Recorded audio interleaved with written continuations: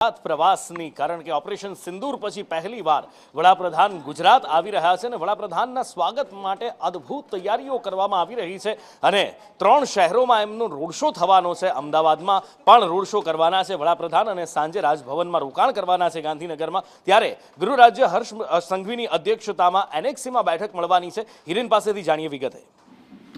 जो ऑपरेशन सिंदूर पछी पहलो गुजरात प्रवास है અને સ્વાભાવિક રીતે આ સિદ્ધિને આવકારવા માટે ગુજરાત ભાજપ તરફથી આ અલગ અલગ 3 રોડ શો નું આયોજન કરવામાં આવ્યું છે, જેમાં વડોદરા, ગાંધીનગર અને અમદાવાદ અને ગાંધીનગરના રોડ શો અને સ્વાગતના સંદર્ભમાં તૈયારીઓની સમીક્ષા ગૃહ રાજ્યમંત્રી હર્ષ સંઘવી આજે કરશે। લગભગ 5:30 વાગ્યા પછી અમદાવાદ એનેક્સી ખાતે અમદાવાદના અધિકારીઓ અને પાર્ટીના સંગઠનના હોદ્દેદારો સાથે બેઠક કરશે।